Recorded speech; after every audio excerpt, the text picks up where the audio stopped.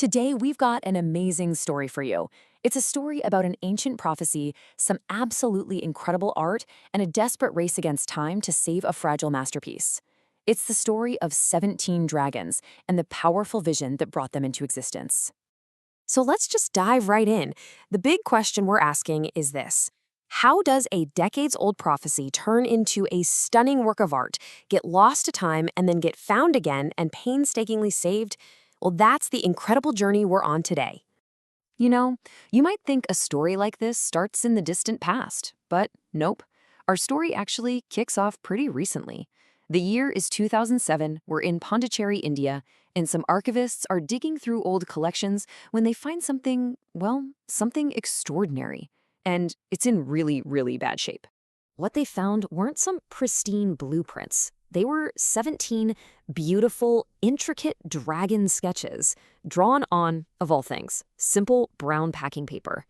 For who knows how long, they'd been folded up, rolled, and just crammed into these trunks. They were brittle, they were in pieces, literally falling apart. The challenge to save them was just immense. So you're probably wondering, why all the fuss over some decaying drawings? To get that, we have to jump back in time. Because these weren't just designs, they were the real physical result of a spiritual vision, one that was deeply rooted in a prophecy. This timeline really leaves it all out.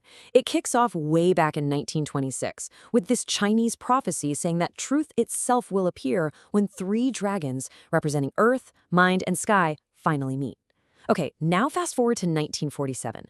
This is a huge year. A spiritual leader known simply as the Mother commissions these dragon embroideries for two massive events: India's independence and the birthday of her collaborator, the philosopher Sri Aurobindo. The final pieces were so spectacular, they ended up being the main event at an exhibition years later. The artist behind those original sketches was a man named Sanjeevan. And for him, the Mother's guidance wasn't just about art direction. He said she gave him the actual consciousness he needed to bring these dragons to life.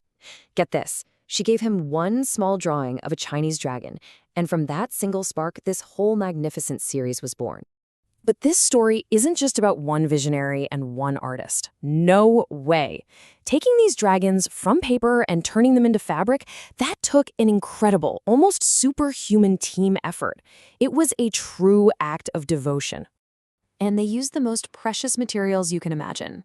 The dragons were embroidered with zari, which is this incredibly complex technique using threads of pure gold and silver. Just think about the skill it takes to weave with actual metal, to create these shimmering, almost living creatures. And this was the team that did it. A group of incredibly dedicated women, spiritual seekers called sadhakas, who did all of the painstaking work.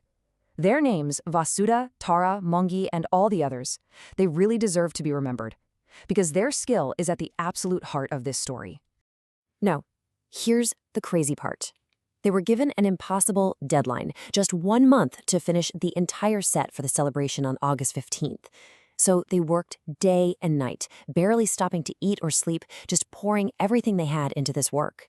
But this wasn't a story of harsh, forced labor. It was a story of shared love and purpose. The Mother herself would come into the workroom, not to check on their progress, but to bring them juice and gently tell them in French, "Mes petites, my little ones," to put their needles down and rest their eyes. It was a true act of love. Okay, so let's jump back to 2007. The amazing embroideries are safe, but those original patterns, the artist's first vision, are literally turning to dust. And so began a massive conservation project, a meticulous 7-year-long race against decay. The work they had to do was like delicate surgery on paper. First, they had to gently humidify the brittle sheets, just so they could unroll them without the paper shattering into a million pieces. Then, it was like the world's hardest jigsaw puzzle, piecing together hundreds of fragments.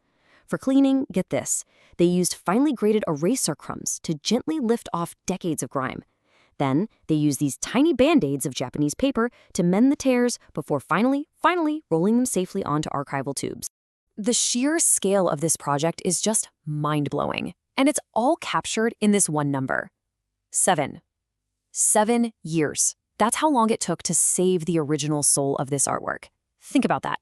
It took more than 80 times longer to preserve the patterns than it took that incredible team to embroider the masterpieces in the first place. Wow. And this is what all that effort looks like. You go from a chaotic puzzle of fragments, where just matching the right snout to the right dragon was a major victory, to a whole, stable, beautiful pattern. The artist's original vision, his flowing lines, were literally saved from being forgotten forever. So, with the original vision now saved, let's turn our attention to the final masterpieces they inspired. This is it. This is the culmination of the prophecy, the vision, the artistry, and all of that devotion. The final embroideries are, well, they're nothing short of breathtaking. The source material describes them as having a scintillating aura of gilded glory, and honestly, that's the perfect way to put it. These aren't just pictures, they're shimmering figures made of pure gold and silver on satin, just radiating light and life. You know what's something special when even the original artist, Sanjeevan, was just blown away by what the embroiderers had made from his drawings. When he saw the finished work, he just said it was magnificent, a treasure that the entire world needed to see.